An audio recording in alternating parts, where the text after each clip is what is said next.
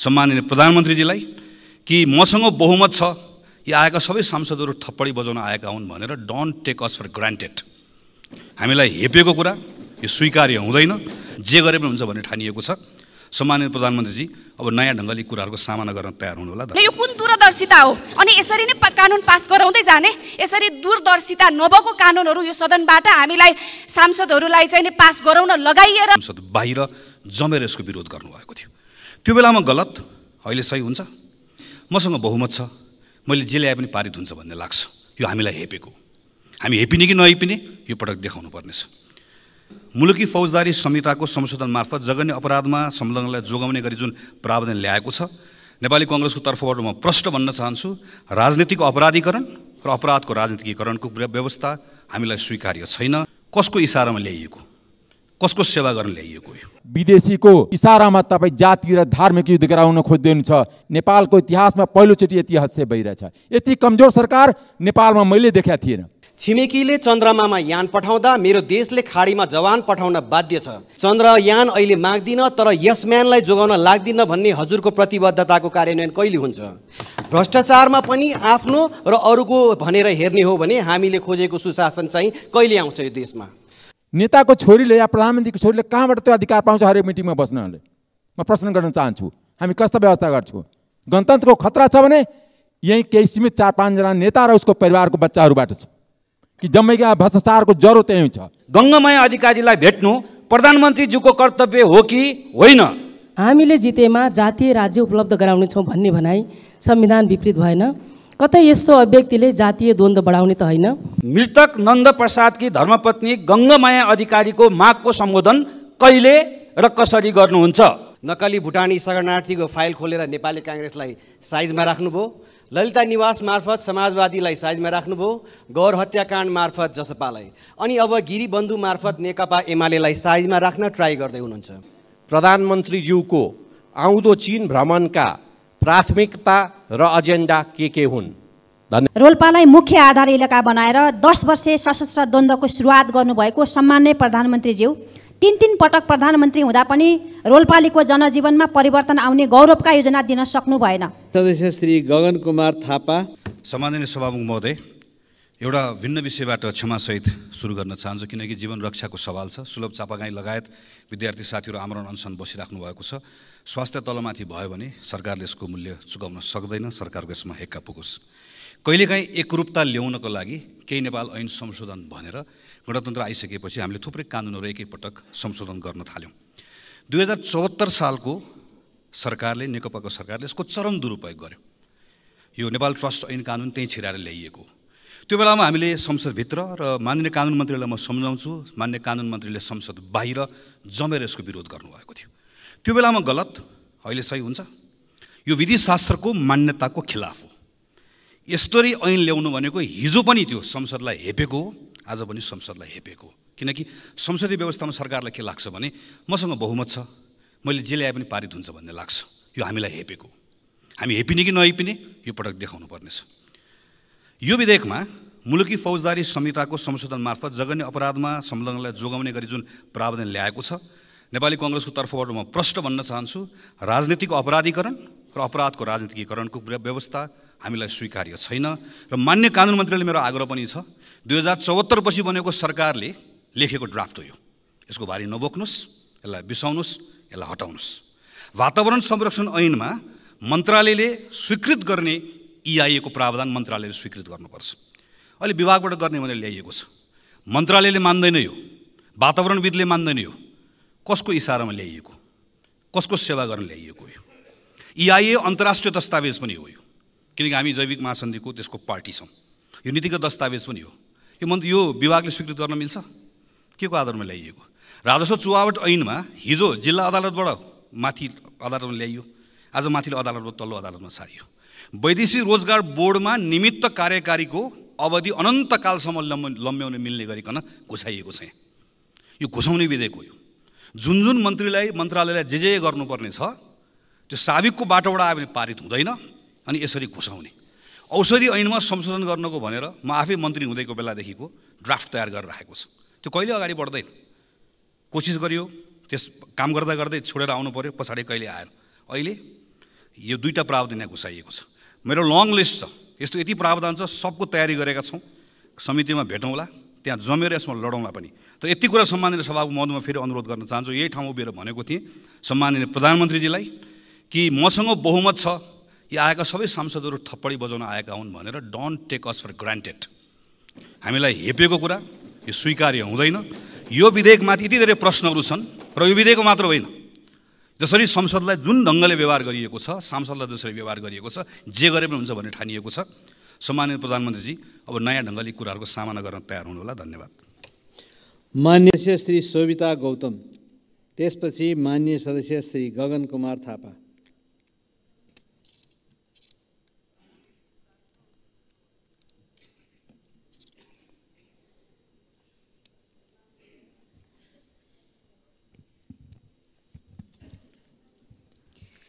सम्माननीय सभामुख महोदय, केही नेपाल ऐनलाई संशोधन गर्न बनेको विधेयक 2080 यसरी जस्ताको तस्तै प्रस्तुत हुनु हुँदैन भनेर मैले यही रोस्टमबाट कारणसहित भनेर भनेको थिएँ। यो केही नेपाल ऐनलाई संशोधन गर्न बनेको विधेयक 2080 यसरी जस्ताको तस्तै प्रस्तुत हुनु भनेको नेपालको संसदीय इतिहासमा एउटा दुर्भाग्यपूर्ण त्रुटि हो। सम्माननीय सभामुख महोदय, हिजो यो रोस्टमबाट मात्रै होइन, अनौपचारिक तरिकाले माननीय कानुन मन्त्रीज्यूसँग र वरिष्ठ नेताहरू जो अहिले प्रतिनिधि सभाका सदस्य पनि हुनुहुन्छ, उहाँहरूसँग, विभिन्न प्रमुख सचेतकज्यूहरूसँग, सरकारका विभिन्न प्रतिनिधित्व गर्नुहुने साथीहरूसँग हामीले यो विषय पटक पटक अनौपचारिक तरिकाले यो व्यवस्थाप्रतिको प्रहार हुन्छ, यो यसरी प्रस्तुत नगरौँ है भनेर पटक पटक अनौपचारिक छलफलहरू पनि गऱ्यौँ। तर त्यसको बावजुद आज यो यसरी प्रस्तुत भएको छ र विचार गरियोस् भनेर भनिएको छ, जसमा अघि साथीहरूले भनिसक्नुभयो, कसैले 79 भन्नुभएको छ, कसैले 80 भन्नुभएको छ। वास्तवमा हामीले यसलाई तलदेखि माथिसम्म हेऱ्यौँ भनेदेखि त्यहाँ 81 वटा ऐनहरू आकर्षित गरिएको छ। 81 वटा ऐनहरू कसरी पढेर संशोधन गरेर अब यो 72 घण्टाभित्र प्रस्तुत गर्ने हामीलाई थाहा छैन। यसरी यो मन्त्रालय अनुसार त्यो विषयहरूलाई छुट्याएर विभिन्न मन्त्रीज्यूहरूले अलग अलग प्रस्तुत गर्नुपर्नेमा एकै ठाउँमा खिचडी बनाएर चाहिँ प्रस्तुत गरेको छ। के सरकारलाई थाहा छैन यो केही नेपाल ऐनलाई संशोधन गर्न बनेको विधेयकमा कस्ता कस्ता कानुन लिएर आउने, कस्ता कस्ता मस्यौदाहरू राख्ने भनेर सरकारलाई थाहा छैन? थाहा छैन भनेदेखि विज्ञ बोलाएर पढ्नुपर्छ, संसद भवनमै बरु पढ्नुपर्छ सांसदहरूले पनि। तर यसरी यो व्यवस्थापति प्रहार हुने तरिकाले चाहिँ यस्तो काम गर्नु भएन। किनभनेदेखि यो व्यवस्थालाई सुधार गर्नको लागि हामी लागेनौँ भनेदेखि यही व्यवस्थामा टेकेर, यही नजिरमा टेकेर आगामी कतिवटा सरकारहरू बन्नुपर्छ, आगामी कतिवटा संसदहरू हाम्रा नजिरहरूलाई हेरेर चल्नुपर्छ, तिनीहरूले के सिक्ने? त्यसैले यो चाहिँ कति पनि ठिक भएन। सम्माननीय सभामुख महोदय, यसमा सभामुखले पनि भूमिका खेल्नुपर्छ जस्तो लाग्छ मलाई। यस्तै अब यी विधेयकहरू कानुन समितिमा जान्छ। अब समितिमा जाने कुरा गरौँ है, त समितिमा जान्छ। कानुन समितिमा यहाँ शिक्षा, स्वास्थ्य, खानेपानी, सडक सम्बन्धी विभिन्न प्रकारका धेरै प्रकारका विषयहरू चाहिँ नि कानुन समितिमा आउँछ। त्यो समितिमा हामीले कसरी यत्र विषयहरू चाहिँ कानुन समितिमा छलफल गर्ने? ल ठिक छ, कानुन समितिमा पनि हामी जसो तसो घुँडा टेकेर हामी पढौँला, के गरौँला, कानुन समितिमा पनि छलफल गरौँला। तर हाम्रा सवालहरूमा कानुन मन्त्रीले कसरी जवाफ दिनुहुन्छ? एउटा म कानुन मन्त्रीज्यूलाई प्रश्न पनि सोध्न चाहन्छु। मन्त्रीज्यूलाई प्रश्न राखिएको छ, प्रश्न सोध्न चाहन्छु। यो 24 नम्बरमा चाहिँ, यो विधेयकको 24 नम्बरमा के भनेको छ भनेदेखि दफा 54 को 3 मा रहेको 5 वर्षसम्म भन्ने शब्दको सट्टा 10 वर्ष भन्ने शब्द राखिएको छ। मान्य मन्त्रीज्यू, यो 10 वर्ष किन बनाइएको? यसको तर्कसहितको जवाफ तपाईँले दिनुपर्छ मान्य मन्त्रीज्यू। यो सोध्नुपर्ने प्रश्न थियो मैले भौतिक पूर्वाधार मन्त्रीज्यूलाई। तर अहिलेको यो विधेयकको अवस्थाले यस्तो स्थिति आयो कि यो प्रश्न मैले यहाँलाई सोध्नुपर्ने भयो। यहाँ अर्को पनि संक्रामक रोगको बारेमा पनि प्रश्नहरू छन्। यस्ता विषयमा कानुन मन्त्रीले कसरी जवाफ दिनुहुन्छ? यो पनि आफैमा एउटा चुनौतीपूर्ण विषय हो जस्तो लाग्छ। हतारमा कानुन बनाउने, बजेट पनि छुट्याउने अनि फेरि संशोधनमा लिएर आउने, संशोधनको प्रक्रिया लामो हुन्छ अनि बजेट फ्रिज भएर जान्छ, विकास निर्माणको कुराहरू, विकासका कामहरू ओझेलमा पर्छन्। यस्तै तरिकाले जाने एउटा उदाहरण पनि दिन्छु। यो विधेयकमा धेरैवटा चाहिँ 2079 मा बनेका ऐनहरू चाहिँ आएका छन्। 4 वटा घातक रासायनिक पदार्थ नियमन गर्ने ऐन 2079, लोकसेवा आयोग ऐन 2079, तेजाब तथा अन्य के भनेर 79 मा बनेका ऐनहरू आएका छन्। संसदमा कानुन कसरी बन्दो रहेछ? सकिहाल्ने सम्माननीय सभामुख महोदय, संसदमा कानुन कसरी बन्दो रहेछ? 79 मा बनेको ऐन 80मा संशोधनमा लिएर आउनु पर्यो भने यो कुन दूरदर्शिता हो? अनि यसरी नै कानुन पास गराउँदै जाने, यसरी दूरदर्शिता नभएको कानुनहरू यो सदनबाट हामीलाई सांसदहरूलाई चाहिँ नि पास गराउन लगाइएर कानुनहरू बन्ने प्रक्रिया अगाडि बढ्दै गयो भने यो देशको भविष्य कहाँ पुग्छ? त्यसैले यो कति पनि ठिक भएन। धेरै विषयवस्तुहरू छन्, अब अन्य साथीहरूले पनि राख्नुहुन्छ, तर सकिन्छ भने सम्माननीय सभामुख महोदय यो विषयलाई कानुनसँग सम्बन्धित विषयवस्तुहरू मात्रै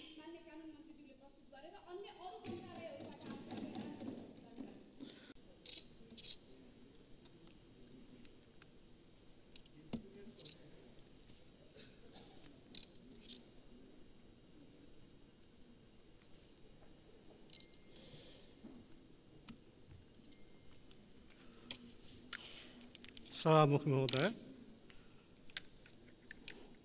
यो विधेयकमा अलिकति शीर्षक फेराए सरकारलाई साह्रै सजिलो हुन्थ्यो। केही नेपाल ऐनलाई संशोधन गर्न बनेको र केही नेपाल ऐन निर्माण गर्न बनेको विधेयक भनेर यसको शीर्षक राखेर यो संसदमा जति विधेयक प्रस्तुत गर्नु पर्थ्यो यसैमा हालेर पठाए टन्डै खतम। मनपरी गर्नुको पनि सीमा हुन्छ, हद हुन्छ। तपाईले यो विधेयकमा विश्वविद्यालयदेखि वन ऐनसम्म, लोकसेवा आयोग ऐनदेखि बिमा ऐनसम्म, सन्धि ऐनदेखि पर्यटन ऐनसम्म, ब्रेटन वुड्स सम्झौतालाई प्राविधिक रूपमा लिएको छ भनेर हाल्या छ, त्यो भने के हो थाहा छैन, न्याय परिषददेखि निर्वाचन ऐनसम्म एउटै प्रक्रियामा ल्याउने, एउटै डालोमा हालेर ल्याउने। कानुन कसरी निर्माण हुन्छ?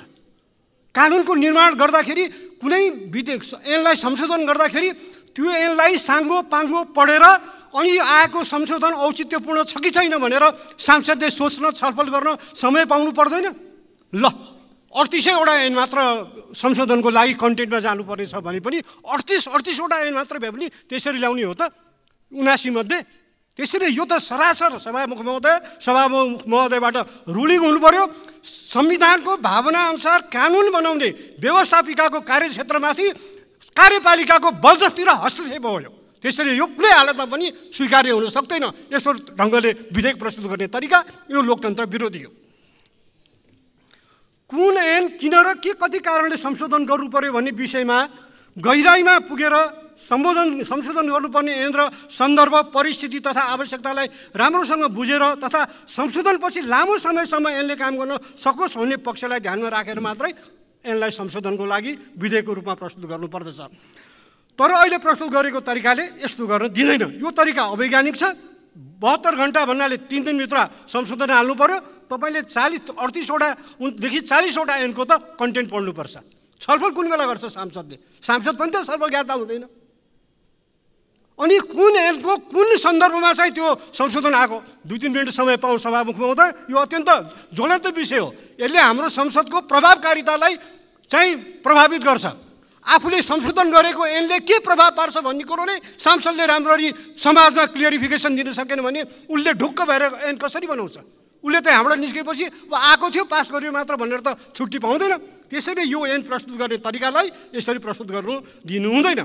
भिन्न भिन्न विषयका ऐनहरूलाई सन्दर्भ र पर्याप्त कारण तथा व्याख्या बिना एउटै डालोमा हालेर एकैपल्ट संशोधनका लागि यसरी विधेयक प्रस्तुत गर्ने तरिका अवैज्ञानिक छ, अलोकतान्त्रिक छ।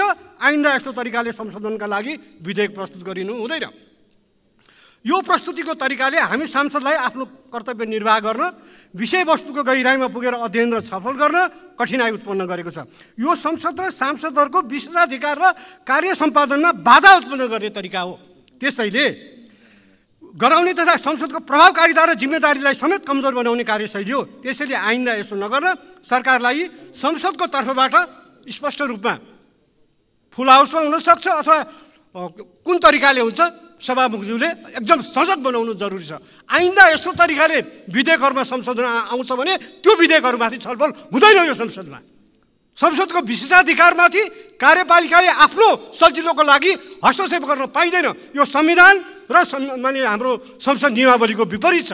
त्यसैले विधेयक आउँदाखेरि यो जुनसुकै सरकारले विधेयक ल्याए पनि यो उत्तरदायित्वपूर्ण ढङ्गले आउनुपर्छ। यहाँ वन ऐन आछ, वन ऐन जलस्रोत उत्पादनसँग जलस्रोतको योजनासँग जोडिन्छ।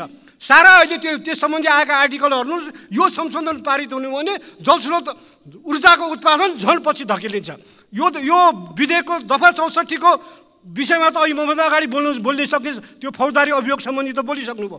यस्ता गम्भीर विधेयकहरूलाई स्वाट्ट छिराएर पास गर्न खोज्ने यो तानाशाही, अलोकतान्त्रिक र गैर जिम्मेवार तरिका हो। त्यसैले यस्तो विधेयक प्रस्तुत गर्ने तरिकालाई स्वीकार्न सकिँदैन। सम्भव हुन्छ यसलाई जस्ताको तस्तै फिर्ता गरौँ र सम्बन्धित तरिकाले संशोधन गरेर ल्याऊ भन्नु सकिँदैन भने पनि आइन्दा यस्तो नहुने कुराको ग्यारेन्टी हुनुपर्छ। यस विषयमा म चाहिँ सभामुख महोदयको, सभामुखज्यूको पनि विशेष भूमिका चाहन्छु। धन्यवाद। अर्का प्रश्नकर्ता माननीय श्री असीम शाह।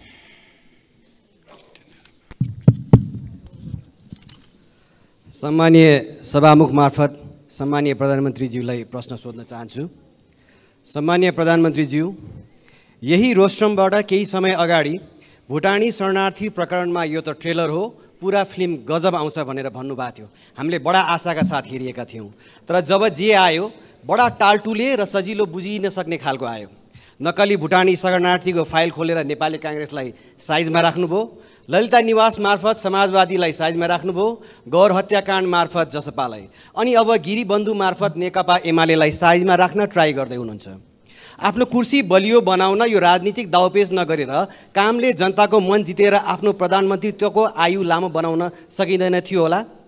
भारतीय नेतृत्वले अन्तरिक्ष यानलाई चन्द्रमामा कसरी सफल अवतरण गराउने भनेर सोचिरहँदा हाम्रो नेतृत्व कसरी आफ्नो यसम्यानलाई बचाउने र मुद्दा कमजोर बनाएर सफल अवतरण गराउने भन्ने सोच्नमा तल्लीन हुनु अत्यन्त दुःखद छ। यताको अनुसन्धान अधिकारीलाई उताको कर्मचारीलाई यता अवतरण गराउने व्यस्त हाम्रो नेतृत्वबाट सुशासनको आशा कहिले गर्ने होला? छिमेकीले चन्द्रमामा यान पठाउँदा मेरो देशले खाडीमा जवान पठाउन बाध्य छ। देशभित्रका विश्वविद्यालयहरू रित्तिँदैछन्, व्यवसायीहरू निराश छन्, खेलाडीहरू पलायन हुँदैछन्, युवा पुस्तामा देश छोड्ने लहर चलेको छ। प्रधानमन्त्रीज्यू, चन्द्रयान अहिले माग्दिन तर यसम्यानलाई जोगाउन लाग्दिन भन्ने हजुरको प्रतिबद्धताको कार्यान्वयन कहिले हुन्छ?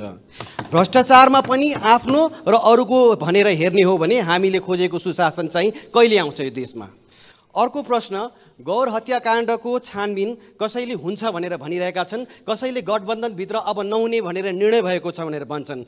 प्रधानमन्त्रीज्यू, यो सदनलाई जानकारी गराइदिनु होला, यो छानबिन हुन्छ या हुँदैन? धन्यवाद। सम्माननीय प्रधानमन्त्री। सभामुख महोदय, मान्य सदस्यले बडो संवेदनशील भएर प्रश्न राख्नु भएको छ, म धन्यवाद भन्न चाहन्छु। मेरो नेतृत्वमा सरकार गठन भएदेखि आजका दिनसम्म मैले सामाजिक न्यायको प्रत्याभूति, सुशासनको सुनिश्चितता र सार्वजनिक सेवा प्रवाहमा सुधारलाई मुख्य प्राथमिकतामा राख्दै आएको छु र यी कार्यहरूबाट एउटा सन्देश आम जनतामा प्रवाहित भइ पनि रहेको छ। प्रश्नमा भनिए जस्तो सरकारका यी कामहरू कुनै कुर्सी टिकाउनको लागि होइन, बरु देश र जनतामा राजनैतिक प्रणालीप्रति नै वितृष्णा छाएको, केही हुन्न सबै उस्तै हुन् भन्ने निराशावादी भाष्य निर्माण गर्न खोजिएको परिस्थितिलाई चिर्न र सरकारले एकपछि अर्को राम्रो काम गर्दै आएको कुरा स्थापित गर्न पनि गरिएको छ। म मान्य सदस्यहरूलाई यो विषयको गहिराईतिर विचार गर्न अनुरोध गर्न चाहन्छु। भुटानी शरणार्थी प्रकरण लगायतका सबै घटनामा राज्यले दबाव रहित तरिकाले निष्पक्ष छानबिन अघि बढाएकै कारण अहिले जनतामा सुशासन सम्भव छ भन्ने एउटा नयाँ आशा पलाएको हो भन्ने कुरा पनि म स्पष्ट गर्न चाहन्छु। अहिले त्योसँग सम्बन्धित विषयहरू अदालतमा रहेको र अदालतले उचित फैसला गर्ने विश्वास म व्यक्त गर्न चाहन्छु। वर्तमान सरकारले भ्रष्टाचार विरुद्ध शून्य सहनशीलताको नीतिलाई राज्यका तीनै तहमा कडाइका साथ कार्यान्वयन गर्दै आएको छ। यस अवधिमा सार्वजनिक प्रशासनलाई स्वच्छ, सक्षम, निष्पक्ष, पारदर्शी र कानुनी तथा संस्थागत सुधारलाई अघि बढाएको छ। मान्य सदस्यले भनेको जस्तो कसैलाई पनि बचाउने या कसैलाई पनि अप्ठ्यारोमा पार्ने नियतले कुनै पनि काम गरिएको छैन। जसरी कतिपय सन्दर्भमा मिडियामा आउने गरेको भन्दा ठिक विपरीत मैले दोषी कोही पनि नछुटोस्, निर्दोष कोही पनि नपरोस् भन्ने सिद्धान्त अनुसार नै प्रहरी प्रशासनलाई निर्देशन दिएको र मैले यतिसम्म पनि भनेको छु कि यदि अनुसन्धानको क्रममा प्रधानमन्त्री नै आउँछ भने पनि छोड्न आवश्यक छैन। मेरो पार्टीको कुनै नेताको त के कुरा भन्ने कुरा पनि मैले सार्वजनिक रूपमा भन्दै आएको म जानकारी गराउन चाहन्छु।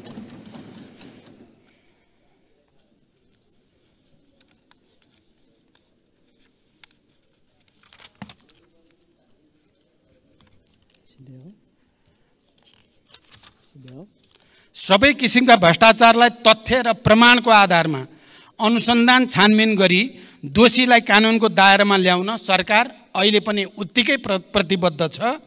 भ्रष्टाचारको मामिलामा यो आफ्नो या यो पराए भनेर सरकारले कसैलाई विभेद गरेको छैन, गर्ने पनि छैन। कानुनी समानताको सिद्धान्तलाई सरकारले पूर्णतः आत्मसात गरेको छ, गरिरहनेछ। सभामुख महोदय, मान्य सदस्यहरूले राख्नुभएका सारगर्भित प्रश्नहरूका बारेमा संक्षिप्त रूपमा मैले सरकारको तर्फबाट प्रधानमन्त्रीको हैसियतले स्पष्ट पार्ने कोसिस गरेको छु। देशका र जनताका सामु कयौं चुनौतीहरू छन्। यिनको सार्थक र परिणाममुखी समाधानका लागि सबै राजनीतिक दलबीच साझा धारणा र राष्ट्रिय एकता जरुरी छ। विचार, मान्यता र सिद्धान्तमा अन्तर भए पनि राष्ट्रिय मुद्दा र राष्ट्रिय सवालहरूमा हाम्रो समान दृष्टिकोण र मान्यता हुनुपर्दछ र हामी सबै राष्ट्रिय मुद्दामा एकै ठाउँमा उभिनुपर्दछ भन्ने म ठान्दछु। त्यसो भए मात्र नेपाली जनताले चाहेको र खोजेको परिवर्तन ल्याउन सम्भव हुन्छ। सरकारले चालेका कदम र अघि बढाएका कार्यहरूले जनतामा सरकारप्रति आशा र भरोसा बढाउनुको साथै विकासप्रतिको एउटा नयाँ तत्परता पैदा गरेको छ। यस अवधिमा सार्वजनिक सेवा प्रवाहमा जनताले साविकमा भोग्दै आएका झन्झट र शास्तिलाई उल्लेख्य मात्रामा कमी ल्याउन प्रश्नकर्ता मान्य श्री उदय शमशेर जवारालाई सम्माननीय प्रधानमन्त्रीसँग प्रश्न सोध्न अनुमति दिन्छु।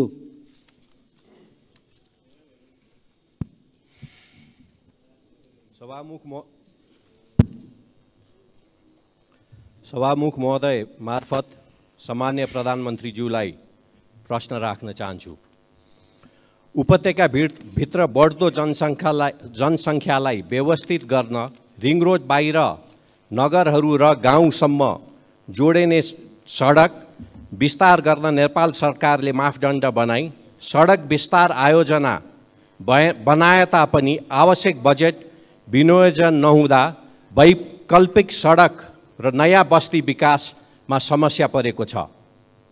साथै उपत्यकाको 35% भूगोल ओकटेने ललितपुर क्षेत्र नम्बर 1 लाई जोड्ने 3वटा सडकलाई मुआब्जा र विस्तारको लागि बजेट विनियोजन नगरी विधेयक गरिएको छ। यी वैकल्पिक सडक र नयाँ बस्ती विकासलाई आवश्यक बजेट व्यवस्थापन गर्न सरकारको योजना के छ?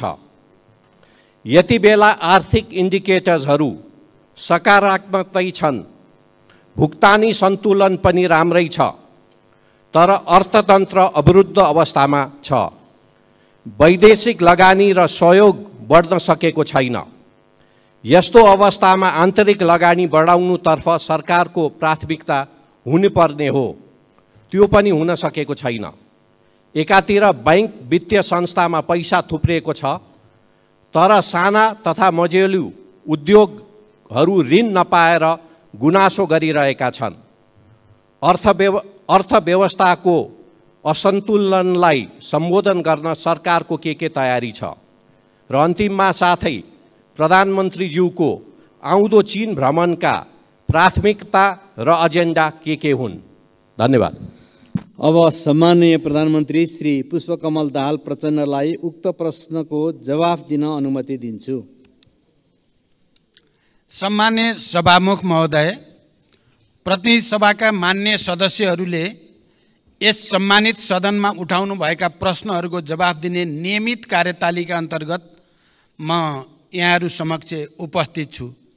सार्वजनिक जनसरोकारका विषयमा अत्यन्त उत्साह र चासोका साथ यस सम्मानित सदनमा भएका छलफलहरूमा सक्रियतापूर्वक सहभागी भई तथा महत्त्वपूर्ण प्रश्न, जिज्ञासा, विचार तथा सुझावहरू राख्नु भएकोमा सबै मान्य सदस्यहरूलाई म सुरुमै धन्यवाद व्यक्त गर्न चाहन्छु। यहाँहरूले विभिन्न समयमा उठाउनु भएका प्रश्न, जिज्ञासा, सुझाव तथा धारणालाई सरकारले गम्भीरतापूर्वक लिँदै आएको छ र गम्भीरतापूर्वक लिँदै जाने पनि छ। मेरो नेतृत्वमा सरकार गठन भएको यो अवधिमा सुशासन, सामाजिक न्याय र समृद्धिलाई मुख्य केन्द्रमा राखी राज्यका सम्पूर्ण शक्ति र सामर्थ्यलाई देश र जनताको हितमा अधिकतम परिचालन गर्ने प्रयास गर्दै आएको कुरा यहाँहरूलाई अवगत नै छ। सरकारको मुख्य जोड सङ्घीय लोकतान्त्रिक गणतन्त्रात्मक शासन व्यवस्थाको सुदृढीकरण, अर्थतन्त्रको पुनरुत्थान र सबलीकरण, सार्वजनिक सेवामा जनताको सहज पहुँच, भ्रष्टाचार नियन्त्रण र सुशासनको प्रवर्धन रहेको छ। नागरिकलाई शासकीय प्रणालीप्रतिको भरोसा र सरकारप्रति विश्वास दिलाउँदै सबैतिर आशाको सञ्चार गराउने हाम्रो निरन्तर प्रयास रहँदै आएको छ। यसै गरी विकास निर्माण कार्यलाई गति दिन, शान्ति प्रक्रियालाई यथाशीघ्र निष्कर्षमा पुर्याउन तथा स्वतन्त्र र सन्तुलित परराष्ट्र नीति अवलम्बन गर्दै राष्ट्रिय हित प्रवर्धन गर्न सरकार प्रतिबद्ध रहँदै आएको छ। यति जानकारी सहित अब म मान्य सदस्यले उठाउनुभएका प्रश्नहरूको जवाफ दिन गइरहेको छु। र पहिलो प्रश्न मान्य उदय शमशेर राणाले भर्खरै राख्नुभयो। काठमाडौँ उपत्यकामा पूर्वाधार निर्माणका आयोजना कार्यान्वयनका लागि चालु आर्थिक वर्षको बजेट तथा कार्यक्रममा रकम विनियोजन गरिएको छ। ललितपुर क्षेत्र नम्बर 1 लाई जोड्ने विभिन्न सडकको विस्तार र जग्गाको मुआवजाका लागि आवश्यक बजेट व्यवस्था गर्न सरकारले ध्यान दिनेछ। उत्पादन, उत्पादकत्व र रोजगारी वृद्धि गरी अर्थतन्त्रको पुनरुत्थान तथा उच्च दिगो समावेशी आर्थिक वृद्धि हासिल गर्ने र समष्टिगत आर्थिक स्थायित्व कायम गरी लगानीको वातावरणमा सुधार गर्न सरकार क्रियाशील रहिआएको छ।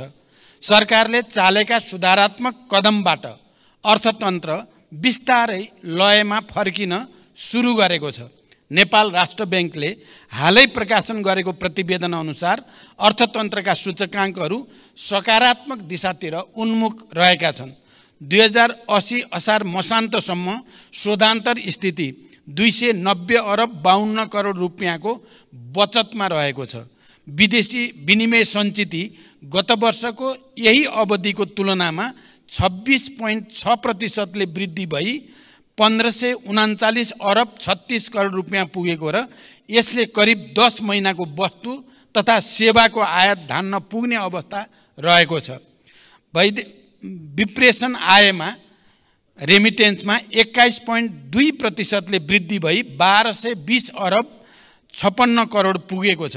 वैदेशिक लगानी प्रवर्धन गर्न नीतिगत र संस्थागत सुधार गर्दै वैदेशिक लगानीको स्वीकृति प्रक्रियालाई सहजीकरण गर्न थ्रेसहोल्ड घटाउने लगायतका कार्य अगाडि बढाइएको छ। जग्गाको कित्ताकाट पूर्ण रूपमा खुलाउने निर्णय भएको र यही भाद्र 11 गते मात्रै नेपाल राष्ट्र ब्याङ्कले लचिलो बजार नीति अनुसार चालु पुँजी कर्जा सम्बन्धी मार्गदर्शन संशोधन गरेको छ। उत्पादनमूलक उद्योगका लागि 3 करोड रुपियाँसम्म कर्जा उपयोग गर्ने ऋणीलाई चालु पुँजी कर्जा सम्बन्धी मार्गदर्शन लागू नहुने भएको छ। ब्याङ्कहरूले उद्योग व्यवसाय वा कम्पनीहरूको सञ्चालन चक्र लगायतका आधारमा अधिकतम वार्षिक कारोबारको 50% सम्म चालु पुँजी कर्जा दिन सक्ने व्यवस्था भएको छ।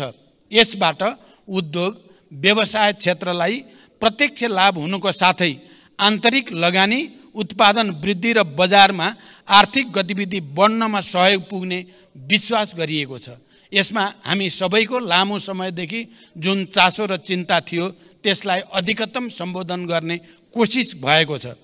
निकट भविष्यमा हुने मित्र राष्ट्र चीनको भ्रमण दुई देशबीचको ऐतिहासिक सम्बन्धलाई थप उचाइमा पुर्याउँदै नेपालको सामाजिक आर्थिक विकासका लागि चीन नेपाल सम्बन्धलाई नयाँ गति दिने दिशामा केन्द्रित रहनेछ। भ्रमणका क्रममा यसअघि भएका सम्झौता र समझदारीहरूको कार्यान्वयनमा जोड दिइनेछ। नेपाल र चीन बीचको आर्थिक तथा व्यापार सम्बन्धलाई थप सधन बनाउने, दुई देशबीच रहेका सीमा नाकाहरूको सञ्चालनलाई प्रभावकारी बनाउने र नयाँ नाकाहरू खोल्ने विषयहरू पनि भ्रमणका क्रममा कार्यसूचीमा रहेका छन्। यसै गरी सडक, ऊर्जा, कृषि, विज्ञान तथा प्रविधि तथा व्यापार र विकास सहायता क्षेत्रमा कनेक्टिभिटी, कृषि, शिक्षा र स्वास्थ्य क्षेत्रका रूपान्तरण गरी रूपान्तरणकारी परियोजनाहरूमा चीनको सहयोग विस्तारको विषय समेत प्राथमिकतामा रहनेछ। अर्का प्रश्नकर्ता माननीय श्री ईश्वरी देवी नेउपाने।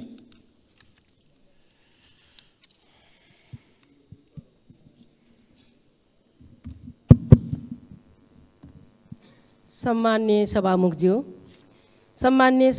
मार्फत सम्मान्य प्रधानमन्त्रीजीलाई मेरो 3 प्रश्न। नम्बर 1, सम्मान्य प्रधानमन्त्रीज्यू, शासन विधि र पद्धतिको हो कि व्यक्तिको?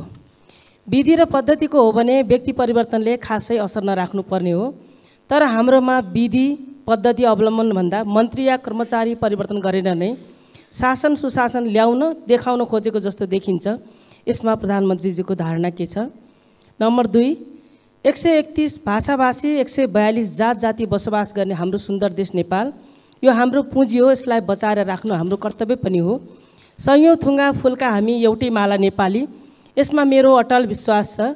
वरिय राजनीतिको सैद्धान्तिक वकालत गर्ने पार्टीको नेता सम्मान्य प्रधानमन्त्रीज्यूको अभिव्यक्ति हामीले जितेमा जातीय राज्य उपलब्ध गराउनेछौँ भन्ने भनाइ संविधान विपरीत भएन? कतै यस्तो अभिव्यक्तिले जातीय द्वन्द्व बढाउने त होइन? नम्बर 3, म सुदूरपश्चिमवासी हुँ। सुदूरपश्चिम सरकार आफ्नै भवनबाट कार्य सञ्चालन गर्न कहिलेदेखि पाउँछ? धन्यवाद। सम्माननीय प्रधानमन्त्रीज्यू। सभामुख महोदय, लोकतान्त्रिक विधि र पद्धतिको विकास मार्फत सामाजिक न्याय र सुशासन सहितको समृद्धि हासिल गर्ने दिशामा सरकारका सबै क्रियाकलापहरू केन्द्रित रहेको कुरा म जानकारी गराउन चाहन्छु। सरकार विधिको शासनमा पूर्णतः प्रतिबद्ध रहेको स्पष्ट गर्दछु। बहुजातीय बहुसांस्कृतिक विविधता बोकेको नेपालमा सदियौँदेखि विभिन्न जात जाति वर्ण धर्म र संस्कृतिका जनताहरू आपसी सहकार्य सम्मान र गहिरो सद्भावका साथ मिलिजुली बस्दै आएका छन्। अनेकतामा एकता नेपाली मात्रको विशिष्टता र नेपाली समाजको आधारभूत चरित्र पनि हो। सबैको सहअस्तित्व कायम गर्दै मौलिकताको संरक्षण र सम्वर्धनमा नै हाम्रो राष्ट्रिय एकता दिगो दरिलो भई साँचो अर्थमा राष्ट्रियता बलियो हुनेछ। नेपालको कानुनले हरेक व्यक्ति र सम्प्रदायलाई अरूको धर्म संस्कृति र आस्थामा चोट नपुर्याई आफ्नो धर्म संस्कृतिको पालना गर्ने स्वतन्त्रता प्रदान गरेको छ। अत परापूर्व कालदेखि यहाँ कायम रहिआएको सामाजिक एकता सद्भाव र सामाजिक सहअस्तित्वमा खलल पुर्यान पार्ने कुनै पनि किसिमको कार्य हुन नदिन सरकार दृढ छ, स्पष्ट पनि छ। सामाजिक सद्भावमा खलबल पार्ने वा एक अर्काको संस्कृति र धर्म विरुद्ध हुने द्वेषपूर्ण अभिव्यक्ति र कार्यलाई सरकारले कुनै हालतमा छुट दिन सक्दैन। नेपालको संविधानको पूर्ण पालना गर्नु हामी सबैको साझा दायित्व हो। मैले पहिचानको कुरा गर्दा या कुनै कुरा गर्दा अरू कसैको पहिचान आस्थामाथि कुनै खालको विभेद नगर्ने कुरा पनि म स्पष्ट गर्न चाहन्छु। सुदूरपश्चिम प्रदेशको राजधानी गोदावरीमा निर्माण गर्ने सन्दर्भमा जग्गा प्राप्ति लगायतका विषयमा प्रक्रियामा रहेको जानकारी गराउन चाहन्छु। यद्यपि सुदूरपश्चिममा अझै पनि राजधानीको जमिनको बारेमा अलिकति छलफल चलिरहेको जानकारी पनि मलाई प्राप्त छ। त्यसलाई समेत विचार गरेर यसको छिटै निष्कर्षमा पुर्याइनेछ।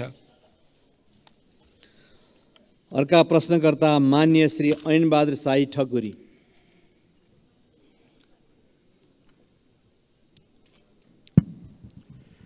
सम्माननीय सभामुख महोदय मार्फत सम्माननीय प्रधानमन्त्रीज्यूलाई मेरो प्रश्न यस प्रकार छन्। सम्माननीय प्रधानमन्त्रीको आसन्न चीन भ्रमणमा नेपालका उत्तरी सीमासँग जोडिएका नाकाहरू खोल्ने एजेन्डामा मुगुको नाक्चा लाग्न छ कि छैन? यदि छैन भने एजेन्डामा समावेश गरियोस्। यो नाका खुलेमा मुगु लगायत समग्र कर्णाली प्रदेशको आर्थिक समृद्धिमा महत्त्वपूर्ण टेवा पुग्नेछ भन्ने विश्वास लिएको छु। दोस्रो प्रश्न छ, आर्थिक समृद्धिको महत्त्वपूर्ण क्षेत्र कर्णाली प्रदेशको राहरा लगायतका पर्यटकीय स्थानहरूमा पर्यटकीय पूर्वाधारहरू लगायतका विभिन्न समस्या हुँदा पर्यटकहरूको आगमनमा कमी आएको छ, यसमा सरकारको के योजना छ? र अर्को प्रश्न छ, कर्णाली राजमार्ग अन्तर्गतको नागमा गमगढी कालोपत्रे र गमगढी नाक्चा लाग्न सडक निर्माणलाई सरकारले कस्तो प्राथमिकतामा राखेको छ र यो कहिलेसम्म निर्माण सम्पन्न गर्ने लक्ष्य रहेको छ? धन्यवाद। सम्माननीय प्रधानमन्त्रीजी। सम्माननीय सभामुख महोदय, मेरो आसन्न चीन भ्रमणको क्रममा चीन र नेपाल बीच नयाँ व्यापारिक नाका खोल्ने विषयमा समेत छलफल हुने कुरा करिब निश्चित भएको छ। त्यस सन्दर्भमा मुगुको नाक्चे लाग्ना, जो मलाई धेरै पहिलेदेखि त्यसको बारेमा स्थानीय जनसमुदाय र जनप्रतिनिधिले कुरा राख्दै पनि आउनु भएको छ, त्यो विषय पनि मैले त्यहाँ कुरा उठाउने र त्यसबारेमा एउटा निष्कर्ष लिने मेरो कोसिस हुनेछ। पर्यटनको विकासका लागि आवश्यक पूर्वाधार निर्माणका कार्य सरकारको उच्च प्राथमिकतामा छन्। रारा लगायतका पर्यटकीय स्थलको विकासका लागि सङ्घीय स्रोतबाट सञ्चालन हुने कार्यक्रमका अतिरिक्त प्रदेश तथा स्थानीय तहबाट समेत आफ्ना कार्यक्षेत्रभित्र रही पूर्वाधार निर्माण तथा पर्यटन प्रवर्धनका कार्यहरू सञ्चालनमा रहेको जानकारी गराउन चाहन्छु।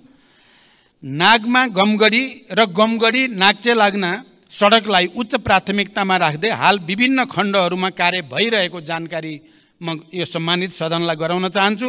हाल नागमा गमगढी 6.5 किलोमिटर, कालोपत्रे र 8 किलोमिटर ग्राभेल स्तरमा स्तरोन्नति गर्ने गरी निर्माण कार्य भइरहेको छ। त्यसै गरी गमगढी नाक्चे लाग्नमा 12 किलोमिटर निर्माण कार्य पनि अगाडि बढिरहेको छ।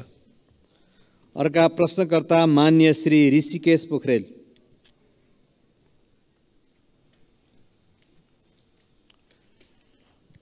सम्माननीय सभामुख महोदय,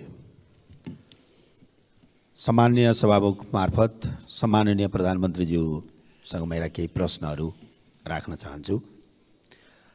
राष्ट्रिय गौरवका आयोजनाहरूमध्ये 2वटा आयोजना पुरा भएको देखिन्छ। 5वटा आयोजनाहरूको काम 75% सकियो भन्ने सुनिन्छ। बाँकी 17वटाको अवस्था के हो र कहिले पुरा हुन्छ? दोस्रो प्रश्न, प्रविधि, सिप र ज्ञान बिना दैनिक 2500 युवा विदेशिँदै छन्। प्रविधि र उद्यमशीलता विकास गरी प्रौद्योगिक शिक्षा दिने उद्देश्यका साथ स्थापनाको लक्ष्य लिएको मदन भण्डारी प्रौद्योगिक विश्वविद्यालयका लागि अघिल्लो सरकारले पूर्वाधार निर्माण तथा विकास समिति गठन गरेको थियो। 7 करोड बजेट पनि छुट्याएको थियो। राष्ट्रिय महत्त्वको यो आयोजना आज कहाँ छ र कहिले पुरा हुन्छ? धन्यवाद। सम्माननीय प्रधानमन्त्रीज्यू। सम्माननीय सभामुख महोदय, राष्ट्रिय गौरवका आयोजनालाई समयमै सम्पन्न गर्न पर्याप्त बजेट सुनिश्चित गरिनुको साथै नियमित अनुगमन पनि भइरहेको छ। म स्वयंले प्रधानमन्त्रीको हैसियतमा प्रधानमन्त्री कार्यालयमा रहेको एक्सन रुमबाट नियमित तवरमा कार्यतालिका बनाएर कार्य प्रगतिको जानकारी लिई कार्य सम्पादनका लागि आवश्यक निर्देशन दिँदै आएको छु। राष्ट्रिय गौरवका आयोजनामध्ये 2वटा सम्पन्न भएका, 14वटाको प्रगति 80% भन्दा माथि रहेको, 5वटाको प्रगति 50 देखि 80% सम्म रहेको र 2टाको प्रगति 50% रहेको स्थिति छ। हुलाकी राजमार्गका सम्बन्धमा चितवन र पर्सामा राष्ट्रिय निकुञ्ज क्षेत्रमा डिपिआर तयार लगायतका कार्यमा भएको ढिलाइका कारण यो आयोजनाको कार्य आगामी 3 वर्षभित्र सम्पन्न गर्ने नयाँ लक्ष्य निर्धारण गरिएको छ। पशुपति क्षेत्र विकास कोष आयोजनाको भौतिक प्रगति 66% भई समष्टिगत वित्तीय प्रगति 65.73 रहेको छ। लुम्बिनी विकास गुरु योजनाको हालसम्मको भौतिक प्रगति 88% र वित्तीय प्रगति 60.34% रहेको छ। निजगढ अन्तर्राष्ट्रिय विमानस्थल आयोजनाको प्रारम्भिक चरणको कार्यहरू मात्र भइरहेको र लगानी एवं निर्माणको उपयुक्त मोडालिटी भए पश्चात विमानस्थल निर्माण प्रक्रिया अगाडि बढाइनेछ। यस आयोजनाको लागि चालु आर्थिक वर्षमा रु 35 करोड विनियोजन भएको छ। मेलम्ची खानेपानी आयोजनामा श्रावण महिनामा आएको बाढीले पुनः हेडवर्क्स पुर्नुका साथै मेलम्ची बजारदेखि हेडवर्क्ससम्मको पहुँच मार्गमा क्षति पुगेको छ। मनसुन रोकिएको 1.5 महिनाभित्र क्षतिग्रस्त संरचनाको मर्मत सम्मार गरी मेलम्चीको पानी वितरणलाई सुचारू गरिने जानकारी गराउन चाहन्छु। सञ्चालनमा रहेका अन्य राष्ट्रिय गौरवका आयोजनाहरूलाई यथाशीघ्र सम्पन्न गर्न सरकारले जोड दिँदै आएको छ। मिति 2077 साल साउन 12 गते मदन भण्डारी प्रौद्योगिकी विश्वविद्यालय विकास समिति गठन भएको हो। समितिको समयावधि 2 वर्ष रहेकोमा सो अवधि समाप्त भएकोले नयाँ गठन आदेश जारी गरी विश्वविद्यालयको आवश्यक पूर्वाधार तयार गर्ने लगायतका कामहरू अगाडि बढाइनेछ। यस विश्वविद्यालयलाई चालु आर्थिक वर्षमा रु 2 करोड बजेट विनियोजन पनि गरिएको छ। अर्का प्रश्नकर्ता मान्य श्री आशा बिक।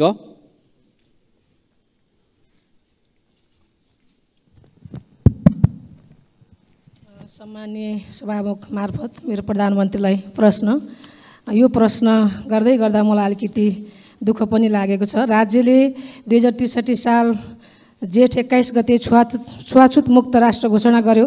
छुवाछुतलाई गैर कानुनी भने तापनि अहिलेसम्म जघन्य जातीय विभेद घटनाहरू भइरहेका छन्।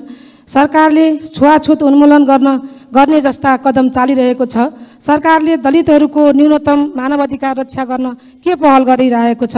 जातीय विभेदका घटनाहरू प्रहरी प्रशासनले संवेदनशीलताका साथ उजुरी दर्ता नलिएको अवस्था छ। सरकारले यस्ता घटना न्यूनीकरण गर्नका लागि के योजना ल्याउँछ? मेरो प्रश्न। र अर्को चाहिँ मेरो प्रश्न, बाँकेको बैजनाथ गाउँपालिका वार्ड नम्बर 3 मा सरकारले 2071 साल वैशाख 25 गते 9 बस्तामा औद्योगिक करिडोर क्षेत्र घोषणा गर्यो। बस्तीको बीचमा सरकारले औद्योगिक क्षेत्र घोषणा गर्दा त्यहाँ रहेका 390 घरधुरीमा जनताहरूको घरमा 338 बिघाभित्र जनताहरूको घर परेको छ। 100 बिघा जमिन त्यहाँ रहेका स्थानीयका नाममा ल्याउनु पर्ने जग्गा ल्याउनु पर्नेमा स्थानीय जनताको माग रहेको छ। 2028 सालदेखि बसोबास गरिरहेका जनतालाई लाल पूर्जा दिनुपर्ने र सोही ठाउँमा बस्ती व्यवस्थापन गर्न सरकारले के भूमिका खेल्नेछ? र स्थानीय सरकारले त्यस क्षेत्रमा सडक, बत्ती, विद्यालय, मठ मन्दिर लगायतका संरचनाहरू बनाएको छ। त्यो बस्तीलाई सोही ठाउँमा सरकारले कहिलेसम्म व्यवस्थापन गर्छ? र मेरो अर्को प्रश्न, बाँकेको खजुरा गाउँपालिका वार्ड नम्बर 6 मा 2036 सालदेखि गिजेरा बस्ती बसिरहेको छ। सरकारले पटक पटक त्यस बस्तीलाई लाल पूर्जा दिने भनेर मौखिक प्रतिबद्धता जनाए पनि हालसम्म त्यहाँ रहेका जनताले लाल पूर्जा पाएका छैनन्। गिजेरा बस्ती सरकारको ऐलानी जग्गा र टन्डनको चिनी मिल रहेको क्षेत्रमा बसोबास गरिरहेका छन्। सरकारले बत्ती, पानी, विद्यालय लगायतका संरचना त्यहाँ पनि सबै ठाउँमा जनतालाई उपलब्ध गराएको छ। त्यस क्षेत्रका जनतालाई लाल पूर्जा कहिलेसम्म वितरण गर्छ सरकारले? र अर्को मेरो प्रश्न छ, सङ्घीय गणतन्त्र घोषणा भएको अवस्थामा सुदूरपश्चिम प्रदेशको राजधानी बन्छ वा बन्दैन? के यही हो गणतन्त्र? बन्ने भए कहाँ बन्छ? प्रदेश सभाबाट घोषणा भएको गोदावरी राजधानी बन्छ कि बन्दैन? बन्ने भए कहिलेसम्म बन्छ? किन घोषणा गरेको हिजो तपाईँहरूको पार्टी र एमाले पार्टीको संयुक्त घोषणा गर्दै आजसम्म किन मौन? जनता जान्न चाहन्छ। धन्यवाद।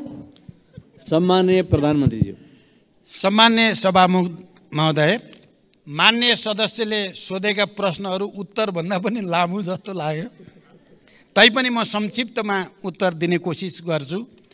नेपालको संविधानले छुवाछुत तथा भेदभाव विरुद्धको हकलाई मौलिक हकको रूपमा सुनिश्चित गरेको छ। जातका आधारमा गरिने छुवाछुत तथा भेदभाव जन्य कार्यलाई गम्भीर सामाजिक अपराधको रूपमा लिँदै कानुन बमोजिम दण्डनीय हुने र त्यस्तो कार्यबाट पीडित व्यक्तिलाई कानुन बमोजिम क्षतिपूर्ति पाउने हकको प्रत्याभूति पनि गरिएको छ। सरकार यो मौलिक हकको पूर्ण कार्यान्वयनको लागि प्रतिबद्ध रहेको छ। यद्यपि मौलिक हकहरूको कार्यान्वयनका लागि सबै तहबाट अझै घनीभूत प्रयास पनि आवश्यक छ। यो समस्या देशको एउटा लामो सांस्कृतिक समस्या पनि भएको हुनाले यसको समाधानको निम्ति कानुनलाई प्रभावकारी कार्यान्वयनको निम्ति पनि सबै क्षेत्रको सहयोग अनिवार्य छ। जातीय विभेदका घटनामा प्रहरी प्रशासनले संवेदनशीलताका साथ उजुरी नलिएको भन्ने कुरामा सरकारको गम्भीर ध्यानाकर्षण भएको छ। यस्ता घटनाको छानबिन गरी दोषीलाई कारबाही गरिने र यस्ता घटना आगामी दिनमा हुन नदिन सरकारको गम्भीर ध्यान रहेको जानकारी गराउन चाहन्छु। दोस्रो, बाँकी जिल्लाको साबिक नौबस्ता क्षेत्रको 525 बिघामा औद्योगिक क्षेत्र घोषणा भइसकेको र त्यहाँ बसोबास गर्दै आएका स्थानीयवासीहरूको उचित व्यवस्थापन लगायतका समस्या समाधानका लागि सम्बन्धित स्थानीय प्रशासन लगायत विभिन्न निकायबाट पहल भइरहेको छ। उक्त क्षेत्रका प्रभावित जनसमुदायहरूको समस्यालाई व्यवस्थापन गरी औद्योगिक क्षेत्रको विकास कार्य अगाडि बढाइने जानकारी गराउन चाहन्छु। यस सम्बन्धी समस्या समाधान गर्न भूमि व्यवस्था, सहकारी तथा गरिबी निवारण मन्त्रीको संयोजकत्वमा समिति गठन गरेको र समितिले काम अगाडि बढाइरहेको जानकारी पनि गराउन चाहन्छु। तेस्रो, बाँकेको खजुरा गजुरा 6 गिजरा बस्तीका सन्दर्भमा भूमि सम्बन्धी ऐन 2021 को दफा 12 को समितिको प्रतिवेदन, भूमि व्यवस्थापन तथा अभिलेख विभागको निर्णय बमोजिम गिजरा खाँडसारी मिल्स प्राइभेट लिमिटेडका हदबन्दी भन्दा बढीका जग्गाहरू जफत गरी नेपाल सरकारका नाममा कायम गर्न र जफत गरिएका जग्गामा रहेको अतिक्रमण हटाउन 2080 जेठ 8 गते निर्णय भई कार्यान्वयनमा रहेको जानकारी गराउँदछु। उक्त क्षेत्रमा बसोबास गर्दै आएका भूमिहीनलाई जग्गा उपलब्ध गराउन भूमि समस्या समाधान आयोगले कार्य अगाडि बढाइरहेको जानकारी पनि म गराउन चाहन्छु। सुदूरपश्चिम प्रदेशको राजधानी गोदावरीमा निर्माण गर्ने सन्दर्भमा जग्गा प्राप्ति लगायतका विषय प्रक्रियामा रहेको जानकारी मैले अघि नै गराइसकेको छु। यस सम्बन्धी उठेका छलफल बहसलाई पनि मध्यनजर गरिएको जानकारी पनि मैले गराइसकेको छु। अर्का प्रश्नकर्ता मान्य श्री उर्मिला माझी।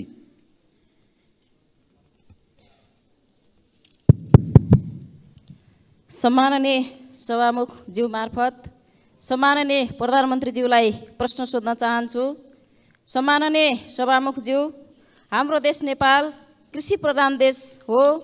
यहाँका 65% बढी जनसङ्ख्या कृषिमै आश्रित देखिन्छ। तर पछिल्लो अवधिमा नेपालको उत्पादनको हिस्सा घट्दै गएको मात्र होइन, सामान्य भन्सामा प्रयोग हुने सबै चिज आयातमा निर्भर गर्नुपर्ने बाध्यता खडा हुँदै गएको छ। कृषि क्षेत्रमा लगानी अत्याधिक हुने तर प्रतिफल अत्यन्तै न्यून हुने प्रक्रियाले गर्दा कृषिप्रति मानिसको आकर्षण र लगाव निरन्तर घट्दो छ। सरकारले उत्पादन वृद्धि गर्न र जनतालाई कृषिमै जीवन देख्ने गरी कृषि पेसालाई गर्विलो पेसा बनाउन कस्तो योजना निर्माण गर्दैछ? धन्यवाद। सम्माननीय प्रधानमन्त्री। सभामुख महोदय, सबल आत्मनिर्भर अर्थतन्त्रको निर्माणका लागि कृषि क्षेत्रमा गुणात्मक र रूपान्तरणकारी परिवर्तन सरकारको प्राथमिकतामा रहेको छ। कृषि क्षेत्रको उत्पादन र उत्पादकत्व बढाउन कृषि क्षेत्रमा आधुनिकीकरण, यान्त्रिकीकरण र व्यवसायीकरणलाई सरकारले उच्च रूपमा जोड दिँदै आएको छ। कृषि क्षेत्रमा विगतदेखि लगानी गर्दै आएको र यसबाट उत्पादन र उत्पादकत्वमा समेत केही वृद्धि भइरहे पनि अपेक्षित प्रतिफल प्राप्त हुन नसक्नुका कारणहरू पहिल्याउँदै उत्पादकत्व वृद्धिका लागि विभिन्न कार्यक्रमहरू सञ्चालनमा रहेका छन्। सरकारले प्रधानमन्त्री कृषि आधुनिकीकरण परियोजना लगायत प्रदेश र स्थानीय तह मार्फत उल्लेख्य रकम विनियोजन गरी कृषि क्षेत्रमा पर्याप्त साधन स्रोत परिचालन गर्ने नीति लिएको छ। कृषि उत्पादनको वृद्धिका लागि सिँचाइको सुविधाको विस्तारलाई जोड दिनुको साथै रासायनिक मलको आपूर्ति समयमै हुने कुराको सुनिश्चितता गरिएको छ।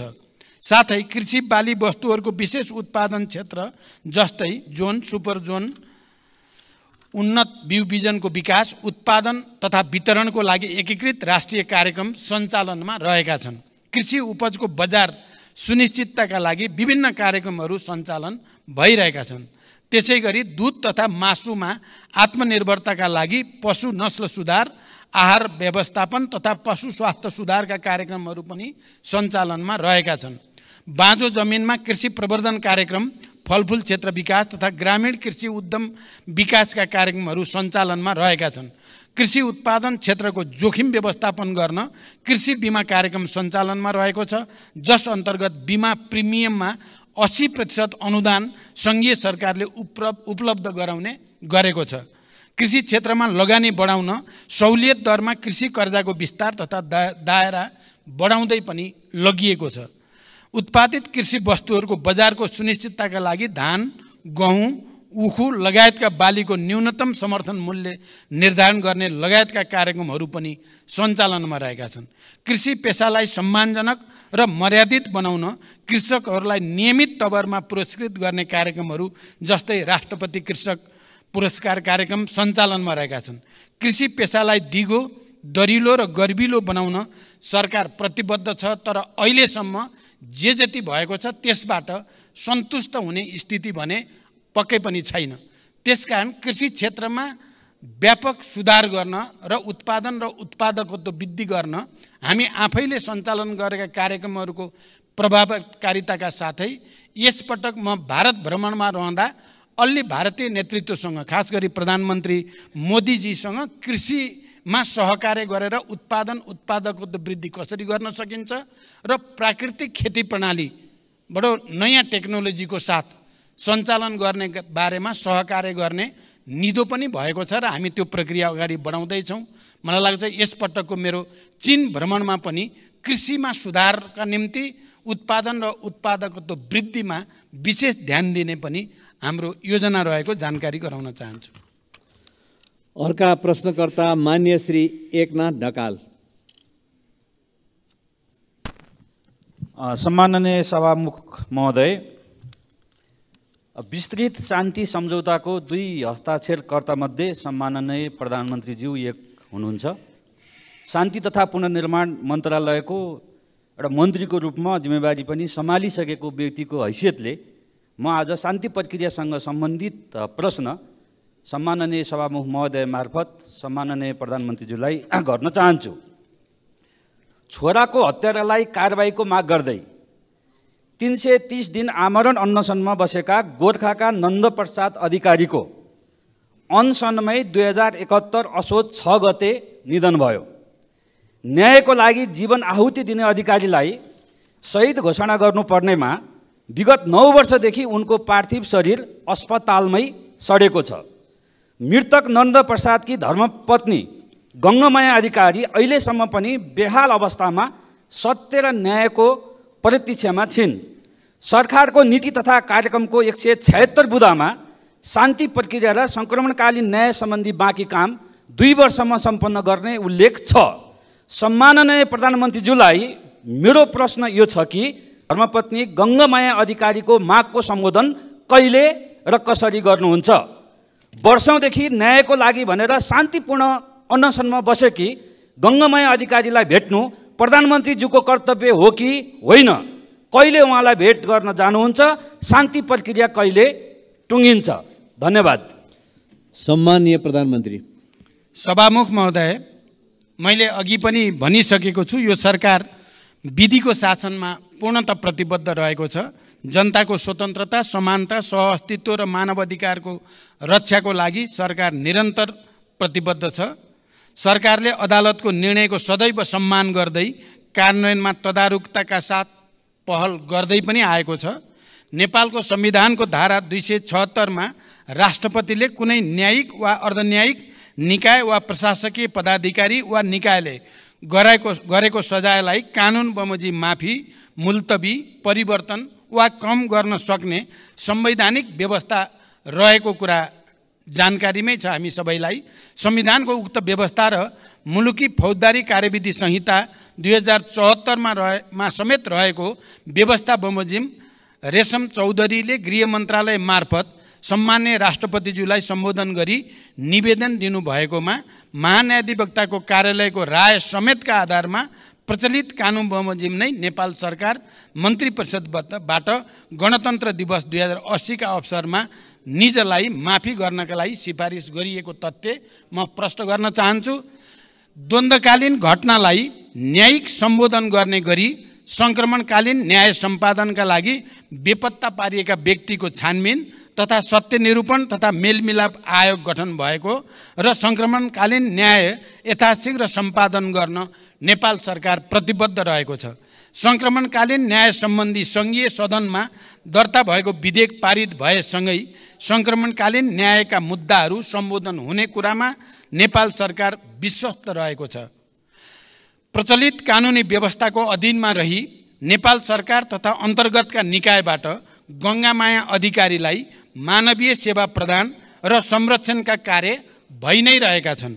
अस्पतालको विवरण अनुसार निजको स्वास्थ्य अवस्था सामान्य नै रहेको र उपचारका लागि सरकारले रु 37,47,000 उपलब्ध गराएको कुरा पनि म यहाँ जानकारी गराउन चाहन्छु। अर्का प्रश्नकर्ता मान्य श्री आसमा कुमारी चौधरी।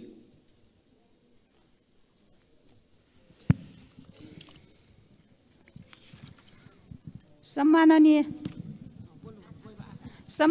सभामुख महोदय, सम्माननीय सभामुख ज्यू मार्फत सम्माननीय प्रधानमन्त्रीज्यूलाई केही प्रश्न सोध्न चाहन्छु।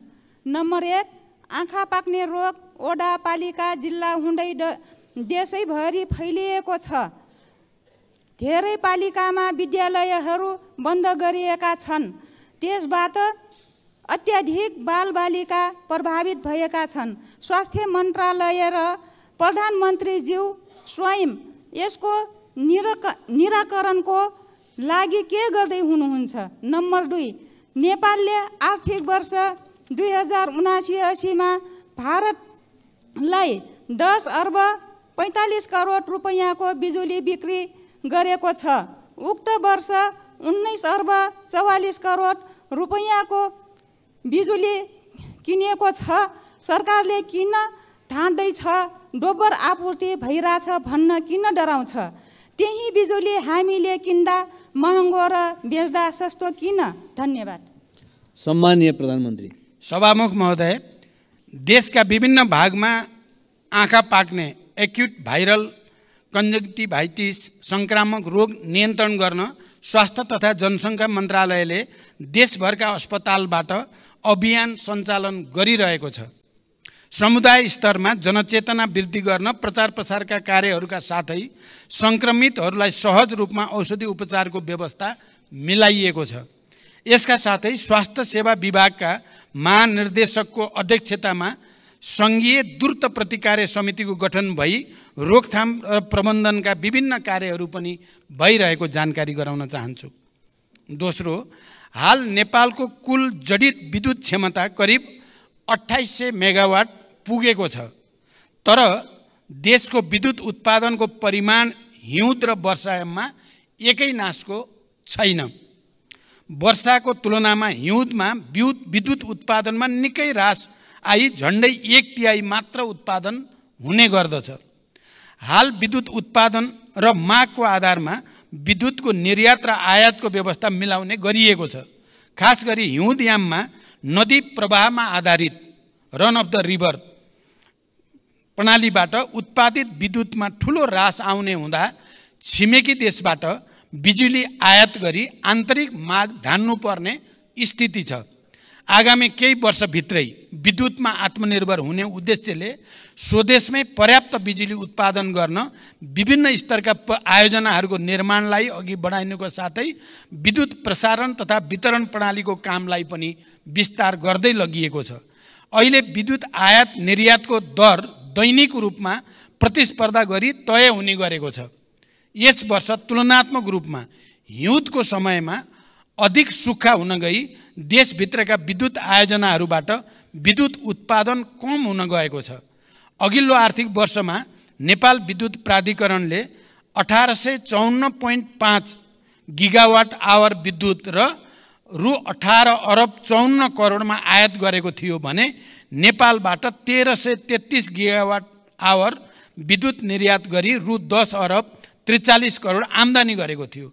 गत वर्षको तुलनामा यस वर्ष विद्युत निर्यातमा वृद्धि भएको छ र क्रमशः विद्युत उत्पादन बढ्दै जाँदा विद्युतको निर्यात पनि बढ्दै जाने कुरा जानकारी गराउन चाहन्छु।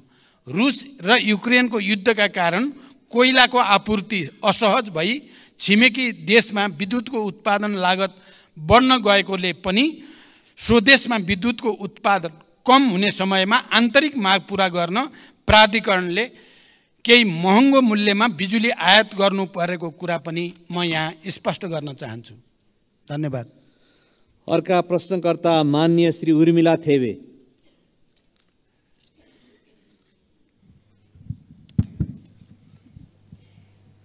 सम्माननीय सभामुखज्यू मार्फत सम्माननीय प्रधानमन्त्रीज्यूलाई केही प्रश्न सोध्न चाहन्छु। प्रश्न 3 वटा छन्। प्रश्न नम्बर 1, शिक्षाको लागत क्रमशः घटाउँदै गएर निशुल्क पार्नुपर्नेमा यो सरकारले त शुल्क झन बढाइरहेको देखिन्छ। शिक्षाको पहुँचबाट गरिबलाई अझ परै धकेल्ने नीति सरकारले किन लिँदैछ? सङ्घीय शिक्षा विधेयक संसदमा कहिले दर्ता, सदनमा कहिले दर्ता गर्नुहुन्छ? प्रश्न नम्बर 2, प्रत्येक दिन हाजिरी गर्न क्याम्पसमा आउनुपर्ने भएपछि त्रिभुवन विश्वविद्यालयका केही प्राध्यापकले विद्युतीय हाजिरी मेसिन नै घर लगेको, गायब गरेको, साथै तोडफोड गरेको भन्ने पाएको छ। सरकारले के गर्दैछ? प्रश्न नम्बर 3, ताप्लेजुङमा अविरल वर्षपछि आएको बाढीका कारण विस्थापित भएका स्थानीय बासिन्दाहरू अहिले पनि तिरपाल मुनि बस्न बाध्य भएका छन् भने विद्यार्थीहरू व्यक्तिको घरमा आश्रय लिएर पढ्न बाध्य छन्। उनीहरूको उद्धार र राहतको लागि सरकारको के योजना छ? धन्यवाद। सम्माननीय प्रधानमन्त्री। सभामुख महोदय, आम नागरिकलाई गुणस्तरीय र सर्वसुलभ शिक्षा उपलब्ध गराउन सरकारको नीति र प्रतिबद्धता रहेको छ। विद्यालय शिक्षा सम्बन्धी कानुनलाई संशोधन र एकीकरण गर्न बनेको विधेयक छिटै नै संसदमा पेश गरिनेछ। सायद केही दिन अगाडि नै पेश हुन सक्थ्यो। जनताको चासो र हामीले त्यसलाई गहन ढङ्गले अध्ययन गर्नुपर्ने, परिमार्जन गर्नुपर्ने कारणले केही ढिलो भयो, तर अब छिटै त्यो सदनमा प्रस्तुत हुँदैछ। नेपालको संविधानमा उल्लेख भए बमोजिम आधारभूत शिक्षा अनिवार्य तथा निशुल्क र माध्यमिक तहसम्मको शिक्षा निशुल्क उपलब्ध गराउनका लागि सरकारले निशुल्क पाठ्यपुस्तक, आवासीय, गैर आवासीय, लक्षित समूह लगायतका विभिन्न प्रकारका छात्रवृत्ति, स्यानिटरी प्याड, दिवा भोज लगायतको व्यवस्था गरेको छ। सार्वजनिक विद्यालयमा कुनै किसिमको शुल्क लिन नपाउने व्यवस्था गरिएको छ। स्थानीय तहहरूले समेत आफ्नो बजेटमा शिक्षामा थप लगानी गर्दै गएका छन्। उच्च शिक्षा अन्तर्गत चिकित्सा शिक्षामा सरकारी लगानीका संस्थाहरूमा कुल सिटको 75% सिटमा विद्यार्थीहरूले निशुल्क अध्ययन गरिरहेका छन्। सार्वजनिक शिक्षालाई निशुल्क बनाई सबैको पहुँचमा पुर्याउनको लागि थप स्रोतको व्यवस्था गर्न सरकार प्रयत्नशील रहेको जानकारी गराउन चाहन्छु। स्वायत्त निकायको रूपमा त्रिभुवन विश्वविद्यालयका काम कारबाहीहरू त्रिभुवन विश्वविद्यालय। अर्का प्रश्नकर्ता मान्य श्री ईश्वरी घरती।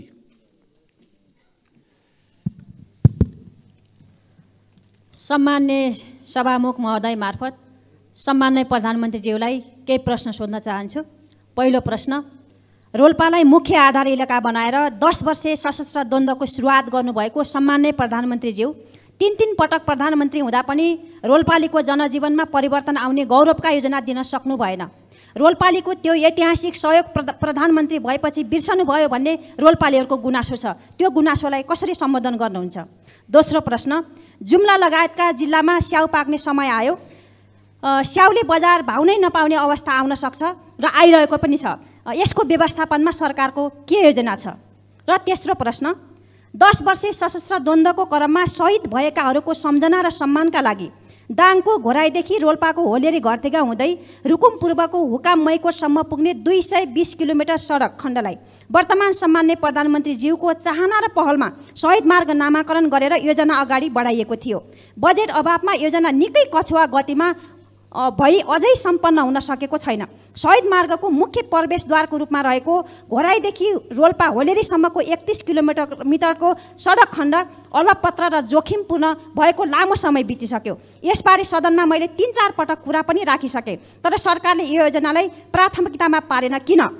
रोल्पाको रुन्टीगढी गाउँपालिकाभित्र अहिले 4वटा चुनढुङ्गा खानी सञ्चालनमा छन् भने थप 4वटा खानी दर्ता भएर सञ्चालनको प्रक्रियामा छन्। हाल 200 भन्दा बढी टिप्पर सञ्चालन